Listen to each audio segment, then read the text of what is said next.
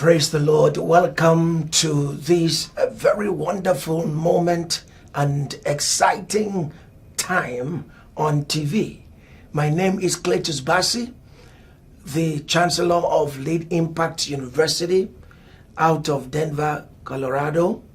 But we are here on our campus in Texas, and that is here in Katy, 906 Avenue A. That is where we are hosting it here in Texas, but we are registered and running in Denver. But I strongly believe that God has never lacked a witness. And that is why God is raising leaders, pastors, evangelists, prophets, apostles, and teachers.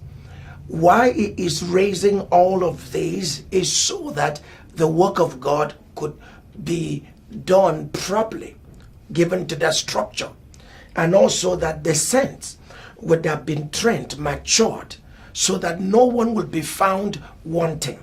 So in Lead Impact University, we are very, very particular about the church ministry. It's a vocation of its own that God will call a man and then send that man to do a spiritual work. But it is more than spiritual work, because it is not just about preaching or praying. There are other aspects that when it comes to pastoral ministry, we need to pay attention to those things. Have you ever imagined why is it that the Catholic Church, for an example, never will allow anyone to be a reverend father without first of all putting him through a seminary? And you have to go through both junior seminary and the senior seminary, and then you are trained on a very specific area. So you specialize, either a medical doctor or an engineer or a lawyer or a counselor, but you're a reverend father. The reason why that is done is because any person that is trained and has that very title, a reverend, one that should be respected, one that should be a reference point, must have a proper training, well founded. You must have a balanced way of understanding what the ministry is about. But you see, it is a pity that in today's world, many people have jumped into the ministry without paying attention to what the ministry is about. That is why in Lead Impact University, 906 Avenue A in Katy, Texas, in the United States, we are helping people that are called into ministry to prepare them, help them to know what ministry is about. That is why we are talking about pastoral education. And so somebody had a question the other day: what is pastoral education? Pastoral education is a specialized form of training so that an individual is equipped so he would be able to effectively manage the ministry. And ministry is more than just preaching in the church and going back home. You need to understand other areas that ministry is all about. And there are those who have thought that, God will call you, God will anoint you, and then he will release you into the ministry. But have you asked yourself, why did Jesus take 3.5 years to train the early apostles?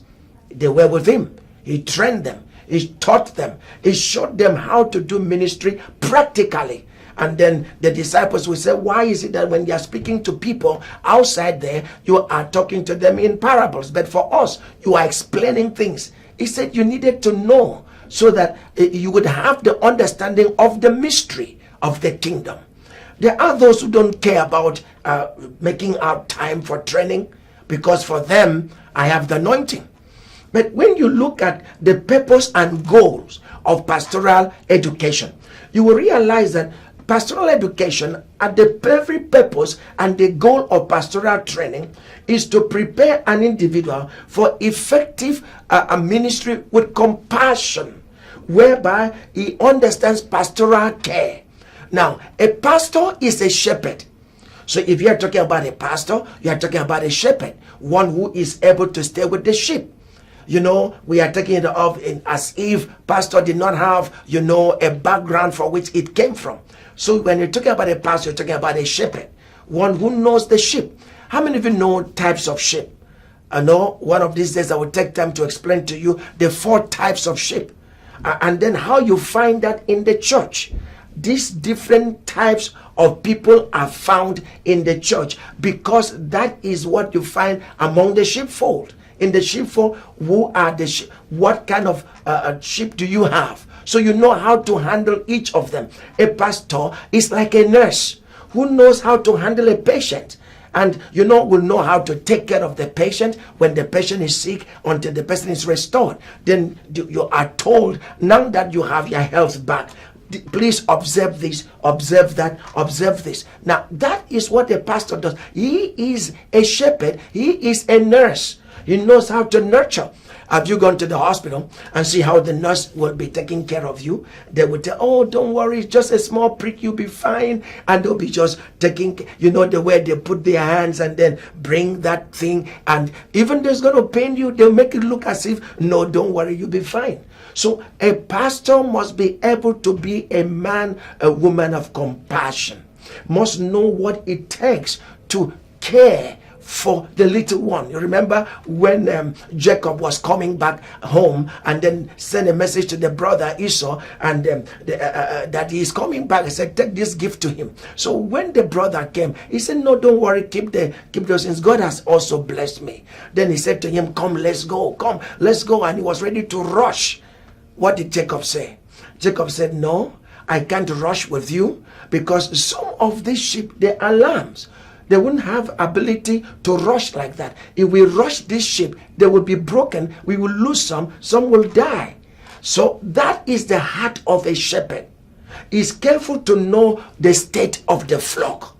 That is what Paul was talking to the people before he left Asia. He said he called the bishops or the elders, the poimia. He said to them, come. And so when they came, he prayed for them and released them and said to them that this is, you must be able to know how to take care of the sheep. So the state of the flock. Today, many people don't know about it.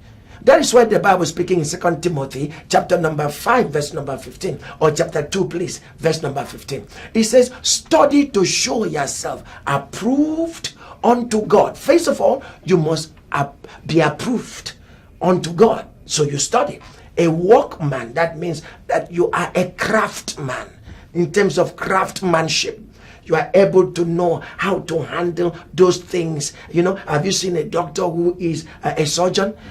The way they handle the skin, the body, and how they use the knife, and how they are able to separate the tissues, and how they clean up all of that, and the nurses are there. That is a pastoral work. Pastoral work must be such that you are able to understand the state of the flock. Sometimes we drive people. Sometimes we don't care how they feel, and you just believe, oh, they must all come, or everybody must understand. No, well, I teach pastoral ministry, but I said to people, I'm not a pastor. Why? Because I know my area of calling. I'm an apostle by the calling of God, and I have the grace of the prophetic on me. But when it comes to pastoral work, I know how it could be pastored, and so I could teach the pastors. And then from what I have experienced over the years, I have been in ministry for 43 years now, and I have trained over 7,000 pastors. Those who came in, some of them were young people. Today they have great ministries across the world. And so Lead Impact University is here to help you groom your people. If you are a lead pastor, you've started a church. I know that every church wants to start a Bible school, but I can tell you that there are people that are gifted.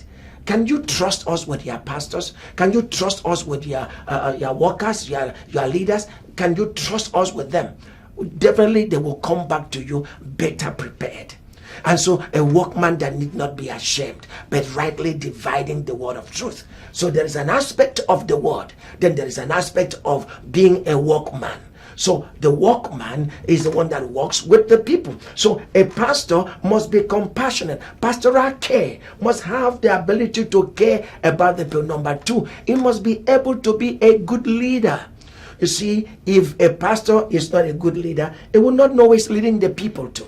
So you must know where am I leading the people. every week, every month, every year. You must be able to take a look at things and assess things properly. Where am I leading God's people? So you need to know that. Now, in your training, we help you to know seasons and times over men and women of God.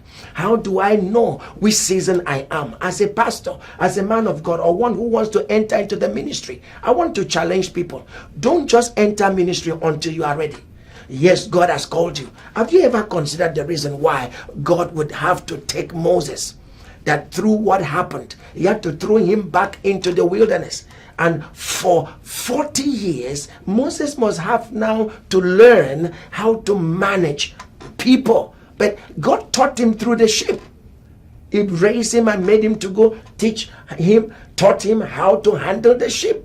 Remember that before that time, what happened to him? He saw how the Egyptian and the Jewish person they were fighting, and then one hand he slapped the man and the man died. He buried the person and off he went. But another day he saw the two Hebrew children struggling over something, talking and quarreling, and he said to them, "No, you ought not to have done this. You are brethren." And they said to him, "Oh, have you come to kill us the way you killed the Egyptian the other day?" Moses now discovered that the pastoral work he was called, he can't use that kind of force, that kind of energy, that kind of, some pastors don't have time to listen to their members. Oh, you're supposed to have come by 3 p.m. So why are you coming 5 minutes after? Well, there's need to instill discipline, but at least get to know, why did you come late? Why didn't you, call and let us know? A pastor must know how to provide leadership. Then spiritual guidance. You must know how to provide spiritual guidance. How are the people? Where are they spiritually? Are they still in faith? Or have they gone off faith, but they are still in church? And they are living all kinds of lifestyle, do anything, and nobody's caring to know how is the state of this flock. So a pastor must be able to provide spiritual guidance within the church. And so it is important that as a pastor also, you must have your own personal growth time. That is important.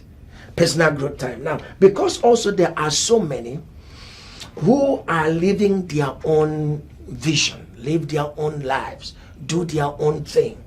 They don't think that it is necessary that they should grow personally. There's need for personal growth. For personal growth as a pastor, it is a challenge. It's a challenging moment. The world is changing. So much is happening in our world that if you are not careful and mindful to get yourself involved in what God is doing, you will be so shocked and surprised that you are very far from reality. Yes, you are far from reality. So that is why personal growth is necessary. Spiritual formation is necessary, and developing the necessary skills to be able to serve people. So these are things that we are careful to tailor into whatever aspect of ministry you have, or your own workers, your ushers, those who are teaching the Sunday school. We have classes for all of them. And let me also say this to you. You can ask us to come and teach your people for you. That's another package we have. We can come teach your own people. Give us the time, gather your people. We need to know, what do you want? What are your expectations? Then we will tailor the program based on your own expectations. Leadership at a certain level needs, you zero into the minutest things, not making a general training and putting everybody there. I did mention in the last episode, and I said to us that many Bible schools put everybody in the same class and teach everybody, whether you are an apostle or you are a prophet or you are evangelist or you are a pastor or you are a teacher. Everybody is in the same class. Oh, I do understand that there are some classes that are the GST, General Study classes, that everybody needs to understand that. Either it is New Testament survey or Old Testament survey, or what you call Pentateuch, or you are calling homiletics or hermeneutics or the life of Christ and all of that. Those are general courses that people get to know the doctrines of the Bible. But when you begin to now discover who this person is, what is he called to do? Is he an apostle? So we have classes that are tailoring towards those who are apostles. So we bring that to you because we want you to be the best of the apostles. Are you a prophet? We have classes for prophets. And so, and then you can do a certificate program, or you can do a diploma program, or you can do a first degree program, or you do masters or doctorate in any of those fields. Any of those fields. And the other day I also told you, we have classes that we have tailored towards worship leaders. For those who are worship leaders, worship, pure worship, understanding the tabernacles, understanding the levels, understanding the altars, understanding the different aspects of worship. So it is not just carrying somebody's song and singing. What about prophetic songs? What about the songs that are inside of you that you've not yet brought out, but they are there? It's because you don't know how to bring out those songs. So in the university, Lead Impact, we will teach you as a song leader, or as a choir leader, or one who wants to improve on your singing skills, how to make that happen. We also have communication department, communication arts, how to help people to know how they can either write drama, act drama, or even produce movies. Now, we have all of that as part of our training. So, what do you need? Lead Impact University has designed all of this for the body of Christ. You know, I see how sometimes you go to some places and you have to know what is going on in terms of ushering, protocol, and all of that. Lead Impact helps to put all of that together for you. So I want to challenge you to go to our website. The information is out there on the screen. Go and then send us information. Tell us what you want. Send us anything using our information there on our website. Just tell us what you want and we will be able to help you. Because you see, pastoral education helps to lay proper theological foundation for you. What does that mean? I need to understand certain scriptures that can help me. I need to understand certain doctrines. You know, today everything is just flying everywhere. You don't know what is the right kind of doctrine. You don't know the basis upon which that could be helping you, to guide you and supporting you to know exactly where to go, where not to go. So I want to help you, make a good choice by calling us. Call the number. Let us know this is what you want, and we will be able to sit down with you and then get that going. I am a shepherd over many churches, and I have many pastors, and this has really challenged me, because when we started the Bible school before, we didn't have that. But now I got to know that we needed to have a church, and then churches came out of that, and that has helped us. So we are not teaching you what we have not experienced. Now, don't worry, I am here with you, and every Saturday, same time, I will be here, and I'm going to be bringing some snippets of what the Bible College is about and what you need to know about each of those courses. God bless you. I will be back next week. Shalom. Shalom. God bless you.